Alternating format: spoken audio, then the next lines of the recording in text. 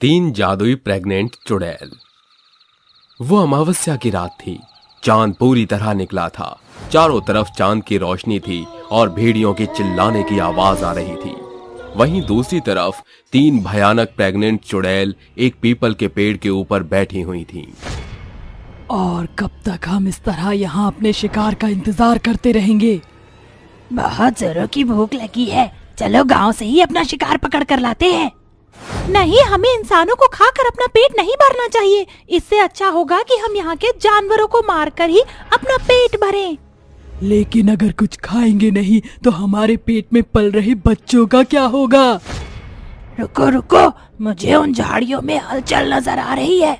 लगता है कोई जानवर है। तभी एक आदमी के रोने की आवाज आती है। हाय, मैं मर गया। अरे कोई मुझे बचाओ, बहुत दर्द हो रहा है। कोई मेरी सहायता करो। अरे कोई तो मेरी मदद करो।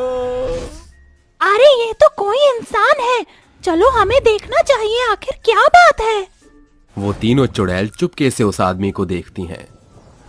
ये आदमी तो जख्मी है। लगता है किसी जानवर ने इसके ऊपर हमला कर दिया, जिसकी वजह से ये यहाँ जख्मी पड़ा है। चलो इसकी मदद करते हैं। अरे रुको ना, इसको मरने दो। इसके मरते ही हम इसे खा जाएंगे और आज हमारा पेट भी भर जाएगा। पागल हो क्या? मैं तो इसकी मदद करने जा रही हूँ। चुड़ैल तुरंत ही अपना रूप बदलकर उस आदमी के पास जाती है, जिसके बाद बाकी की दोनों चुड़ैल भी अपना रूप बदल लेती हैं और उसकी मदद के लिए जाती हैं। अरे बाबा, क्या हुआ तुम्हें? तुम इस तरह यहाँ जमीन पर क्यों पड़े हो? जैसे ही वो दोनों उस आदमी को उठाने जाती हैं, उन दोनों चुड़ैलों को बहुत तेज करंट लगता है, जिसके बाद वो अपने असली रूप में आ जाती हैं। कौन हो तुम और कहाँ से आए हो? हमने तुम्हें छुआ तो हमें करंट क्यों लगा? वो आदमी तुरंत जंगल का देवता बन जाता है, जिसके बाद वो उन तीनों चुड़ैलों से कहता है, मुझे लगा था कि तुम तीनों मिलकर मुझे खा जाओगी, लेकिन तुम तीनों तो मेरी जान बचाने के लिए आ गई। मैं केवल तुम्हारी परीक्षा ले रहा था, लेकिन तुम तीनों प्रेग्नेंट कैसे हो और चुड़ैल कैसे बनी? तभी वो तीनों रोने लगती हैं और रोते हुए अपनी कहानी बताती हैं। हम तीनों बहनें थीं। हमारी माँ ने हमारी शादी एक ही घर के तीन भाइयों से करवा दी थी। शादी के बाद हम तीनों ने अपने घर की सारी जिम्मेदारी उठा ली थी, लेकिन हमारी सास को हम बिल्कुल पसंद नहीं थे, क्योंकि हम गरीब परिवार से थे। हमारी सास हम तीनों पर बहुत अत्याचार करती थी। हम तीनों एक साथ प्रेग्नेंट हुए और एक दिन हम तीनों बहनें रसोई में खाना बना रही थी, तभी अचानक से सिलेंडर फट गया और हम तीनों मर गई। हम चुड़ैल तो बन गई, लेकिन हमने कभी इंसानों को मारकर नहीं खाया। तुम तीनों बहुत अच्छी हो। मैं तुम तीनों से बहुत प्रसन्न हुआ। मैं तुम तीनों को वरदान देता हूँ कि तुम तीनों की कोख जादुई होगी और जब तुम अपने बच्चे को पैदा करोगी तो वो इंसान का बच्चा होगा और दिन के समय तुम हमेशा इंसानी रूप में रहोगी। जैसे ही सूरज ढलेगा तुम तीनों अपने असली रूप में आ जाओगी। ये कहकर देवता वहां से गायब हो जाते हैं। तभी दूसरी चुड़ैल अपने पेट पर हाथ धरकर कहती है, अरे अरे, अब हम क्या करें? हमें तो बहुत जोरों से भूख लगी है। मेरे पेट में तो चूहे कूद रहे हैं। उसके इतना कहते ही उनके सामने कई तरीके के पकवान आ जाते हैं, जिन्हें देखकर वो तीनों खाने पर टूट पड़ती हैं और खाना खाकर वो तीनों चुड़ैल पीपल के पेड़ पर जाकर सो जाती हैं। अगले दिन सुबह जैसे ही सूरज की किरणें उनके ऊपर पड़ती हैं, वो तीनों इंसानी रूप में आ जाती हैं। अरे देखो, हम तो इंसान लग रहे हैं, जैसे कि देवता ने कहा था। अरे बहनों, चलो अपने माता पिता के पास चलते हैं, पता नहीं कैसे होंगे वो लोग। दूसरी चुड़ैल की बात सुनकर वे तीनों अपने माता पिता के घर जाती हैं, लेकिन पहले वो तीनों खिड़की से झांकती हैं, जिसके बाद उन्हें दिखता है कि उनके माता पिता बहुत ही गरीब हो चुके हैं और उनके पास खाने के लिए एक दाना तक नहीं है। काश मेरे पास ढेर सारा पैसा होता तो मैं अपने माता पिता की मदद करती। उसके इतना कहते ही उसके सामने पैसों का ढेर लग जाता है। अरे वाह, तुम्हारे पेट से तो पैसे निकलते हैं। अब पता नहीं मेरे पेट से क्या निकलेगा।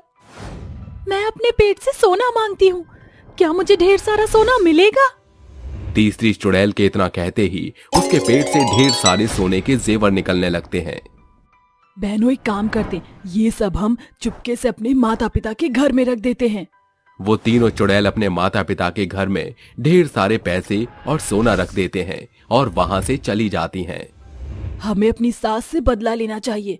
उसने जो हमारे साथ किया बिल्कुल भी अच्छा नहीं किया। तो फिर देर किस बात की है, चलो उसे अच्छा सबक सिखाते हैं। वो तीनों चुड़ैल मिलकर अपनी सास उर्मिला के घर जाती हैं, जहां वो देखती हैं कि उसकी सास ने अपने तीनों बेटों की दोबारा से शादी करवा दी, लेकिन उसकी बहुएं उस पर बहुत अत्याचार कर रही होती हैं। अरे बुढ़िया, इतनी बूढ़ी हो गई हो कि तुझसे पोछा तक नहीं लग रहा। देख जरा फर्श कितना गंदा पड़ा है। गुंजन बहू, मेरी तबीयत ठीक नहीं है, आज मुझसे काम नहीं हो रहा, ऊपर से सुबह से कुछ खाया भी नहीं है। तभी गुंजन उर्मिला को एक जोर की लात मारती है, जिसके बाद उर्मिला को चोट लग जाती है। मुफ्त की रोटियां तुझे यहाँ नहीं मिलेंगी, समझी तू? फटाफट काम कर, उसके बाद खाने के लिए सोचियो।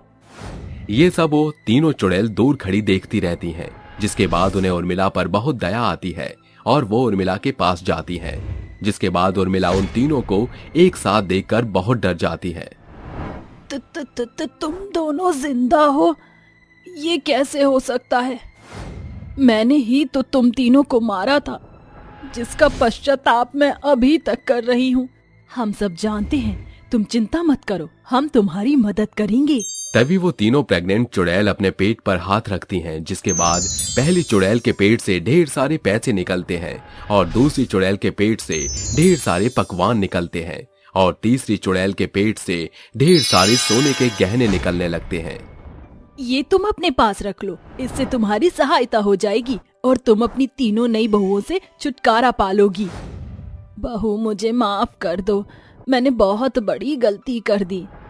आपने जो किया उसे भूल जाओ और आज के बाद कभी किसी के साथ ऐसा मत करना। अरे हम तीनों ने ध्यान नहीं दिया, शाम होने ही वाली है, हमें जल्दी से जंगल पहुंचना होगा। वो तीनों चुड़ैल जल्दी से जंगल की तरफ जाने लगती हैं, जिसके बाद जंगल पहुंचते पहुंचते वो तीनों चुड़ैल बन जाती हैं। वहीं दूसरी तरफ उर्मिला उनका पीछा करते करते जंगल में पहुंच जाती है, जिसके बाद उर्मिला को उनकी पूरी सच्चाई पता चल जाती है। हे भगवान, मेरी तीनों बहुएं जिंदा नहीं हैं, लेकिन फिर भी उन्होंने मेरी मदद की। तभी अचानक से तीनों चुड़ैलों के पेट में दर्द होने लगता है। उर्मिला से ये सब देखा नहीं जाता, इसलिए वो तुरंत उन तीनों की मदद करने के लिए उनके पास पहुंच जाती है। कुछ ही देर में वो तीनों चुड़ैल अपने बच्चों को जन्म दे देती हैं। आप यहाँ कैसी पहुंची? आपको हमसे डर नहीं लग रहा? चुड़ैल के पूछने पर उर्मिला उन्हें सब बता देती है कि वो कैसे उनका पीछा करते करते जंगल तक पहुंच गई। अगर आज आप नहीं होती तो पता नहीं हम अपने बच्चों को कैसे जन्म देती। लेकिन ये कैसे मुमकिन है? तुम तीनों तो चुड़ैल हो, तो तुम्हारे बच्चे इंसान के कैसे हो सकते हैं?